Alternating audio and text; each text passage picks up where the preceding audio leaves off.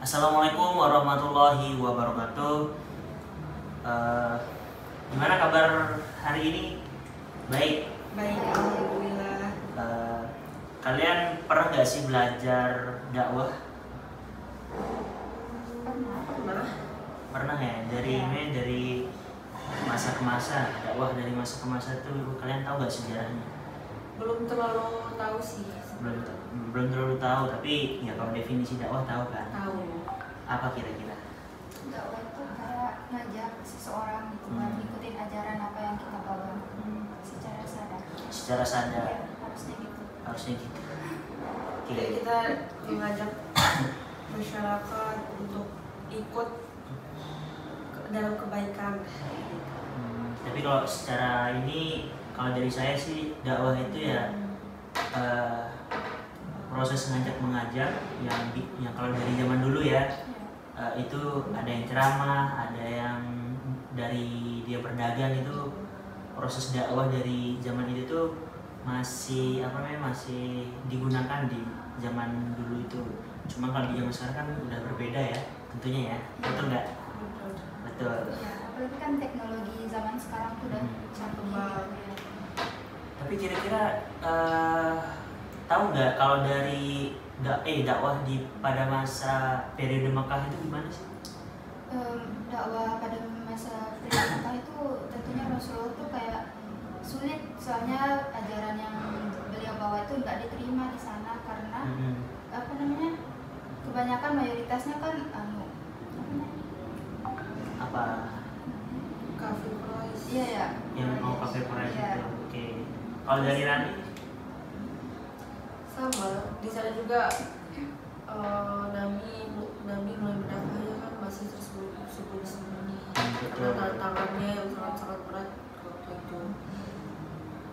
Jadi makanya pada zaman Nabi itu di periode Makkah itu sendiri Nabi itu kayak masih dakwahnya sembunyi-sembunyi gitu guys, seperti yang dikatakan Rani itu. Terus karena mengingat pada saat itu tuh zamannya itu sangat-sangat keras gitu. Iya. Sehingga proses dakwahnya itu tuh dilakukan dengan secara sembunyi-sembunyi dengan memperjuangkan agama Islam itu.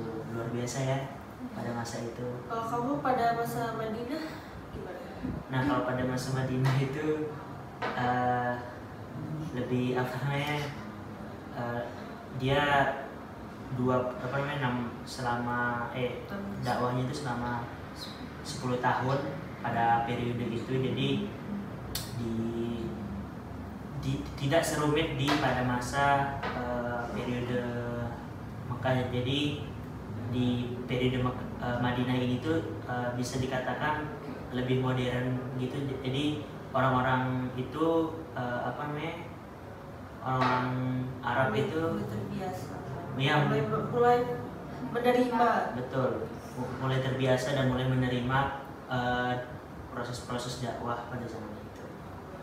Kalau dari Lala gimana kak? Ya, periode Madinah. Ya. Periode Madinah tuh masyarakatnya itu lebih wataknya lebih lembut daripada masyarakat Mekah. Sehingga itu yang membuat dakwah apa yang disampaikan Rasulullah itu lebih mudah diterima di sana karena perbedaan. Karena perbedaan itu Ya, ya. Beda watak. Tapi kalau kita bandingkan dari zaman dulu sama sekarang sangat jauh berbeda ya. Berbeda. Apa kira-kira?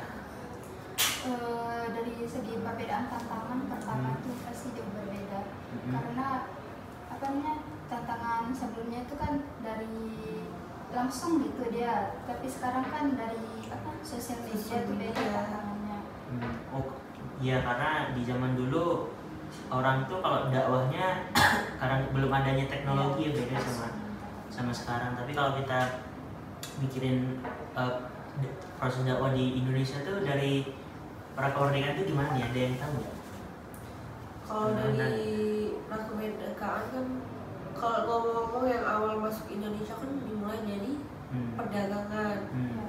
Mulai dari perdagangan, dakwah melalui perdagangan. Karena kita tahu sendiri kalau Indonesia itu penuh dengan mayoritas ada minoritas, agama-agama yang berbeda-beda.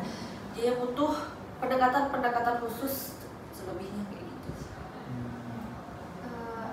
Isa masuk kan yang diperkirakan tuh dulu dari abad ke-7 ya. Terus dia punya 4 jalur: perdagangan, pernikahan, pendidikan, sama budaya. Itu tuh juga beda-beda. Iya ya, di zaman kemerdekaan pun seperti yang Lala sebutin tadi, dari pernikahan itu sendiri kan banyak orang-orang tuh menikah dengan orang-orang besar, sehingga proses dakwahnya itu prosesnya lebih cepat gitu. Kalau dari perdagangan itu? Kalau dari perdagangan kan misalnya kayak perantau-perantau dari luar tuh, terus dia ke pelabuhan, yang di sini tuh baru dia pas dia transaksi jual beli itu kayak sekalian gitu, dia nyelip-nyelipin dakwah-dakwah. Banyak berarti ya. Kalau setelah kemerdekaan itu gimana? Kalau setelah kemerdekaan itu kan kita di Indonesia itu kan mulai menyusun Pancasila. Kan di sana ribut itu tentang bagaimana sila pertama yang ketuhanan Maha Esa. Jadi di situ ada beberapa konflik perbedaan dari beberapa sudut pandang ya. Misal dari karena kalau kita dulu awal Pancasilanya, yang Pancasila pertama itu Ketuhanan. Ada yang panjang. Yang mana? Ada yang sebelum. iya, pokoknya di situ hanya untuk umat Islam gitu. Tapi karena banyak yang bertentangan terhadap sila pertama, jadi diubah. Itu awal dari masa kemerdekaan. Masa kemerdekaannya, betul ya. Tapi kalau kita lihat itu pada masa itu pun juga para pendakwah itu masih menggunakan yang metode dakwah itu yang secara sembunyi-sembunyi ya. Karena kalau kita lihat di sebelum pra kemerdekaan itu kan para pendakwah itu diperingatin untuk diem di rumah, tapi dengan semangat juang untuk agama Islam itu kan, sehingga para pendakwah ini tuh tetap melakukan dakwahnya secara sembunyi-sembunyi. Tapi menurut kalian ada nggak sih perbedaan di antara dakwah zaman dulu sama zaman sekarang ini? Kalau kita masih terapkan cara-cara tersebut itu gitu? Itu kalau perbedaannya sangat jauh sih. Jauh banget. Dari zaman dulu dengan zaman sekarang sangat berbeda. Dari segi teknologi pun udah sangat jauh. Misal kalau sekarang lebih kayak kita cenderung ke pendakwah di sosial media, sebab sekarang sosial media sudah sangat-sangat berkembang, orang-orang mengenal semuanya itu dari sosial media. Sedangkan kalau dulu kan pendakwah hanya dengan cara tersembunyi, dengan cara tatap muka saja. Tapi sekarang sudah diketahui oleh masyarakat luar. Kayak kita berdakwah cuma sendiri pakai handphone, langsung nyebar, udah bisa sekarang ya. Jadi di depan laptop atau depan HP itu sekarang udah bisa kita ngeliatnya proses dakwah itu gimana lah. Iya kan, dakwah sekarang juga kita nggak perlu harus ke kajian gitu buat dapetin dakwah. Sekarang udah dari platform media sosial kayak YouTube, Facebook, TikTok juga kan gitu. Nggak harus tatap muka gitu sama dai biar kita dapet. Jadi lebihnya pesatnya teknologi di zaman sekarang ya, itu bisa dibilang ya udah kita nih masuk di zaman yang namanya konten Korea ya. Jadi proses-proses dakwah yang terdalam, cuman ada beberapa sih yang nggak hilang, kayak ceramah contohnya kan itu masih tetap terlaksana di masjid. Cuman biasanya kalau di kalangan anak muda yang di zaman sekarang kan itu lebih dakwahnya tuh udah di gedung-gedung kayak terus udah kalau kita searching di Instagram, TikTok atau di YouTube seperti yang Lala bilang tuh udah banyak hal yang kita dapat dari dakwah itu sendiri, khususnya tentang ajaran-ajaran Islam. Kalau menurut kamu perkembangan pesat apa yang berubah banget dari dulu sampai sekarang dengan dakwahnya?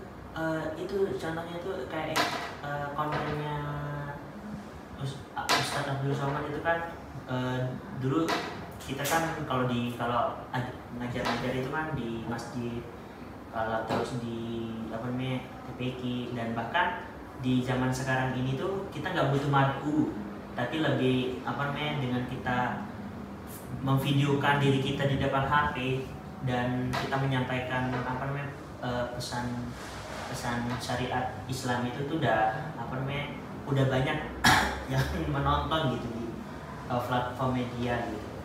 Tapi kan kayak kalau zaman sekarang itu sosial media itu emang ngaruhnya besar, tapi ada kan sisi negatifnya. Misal kalau kita berdakwah nih, tapi video dakwah kita disalahgunakan, gimana cara kamu agar hal-hal tersebut itu tidak terjadi gitu? Tidak terjadi ya, tapi kalau antusiasi kamu dah agar hal tersebut nggak bisa terjadi. Antisipasi dengan pertama dengan cara menganalisis hal apa sih yang akan kita sampaikan, baik nggak sih buat para pendengarnya, para viewersnya gitu, sehingga hal-hal itu tuh penting buat kita tuh cari tahu dulu resiko-resiko atau apa namanya hal-hal yang berdampak pada dakwah itu sendiri gitu, sehingga makanya walaupun di sosial media itu sangat bebas, tidak menutup kemungkinan buat kita tuh untuk selalu waspada gitu terhadap hal-hal seperti yang pernah ditanyakan gitu. Oke, jadi itu dia guys sedikit apa namanya diskusi terkait dakwah dari masa ke masa, dan saya Hendra dan ini teman saya Syafrani dan Oke, terima kasih buat Kak Lala sama Kak Rani udah berkunjung di platform media saya. Bye bye, see you.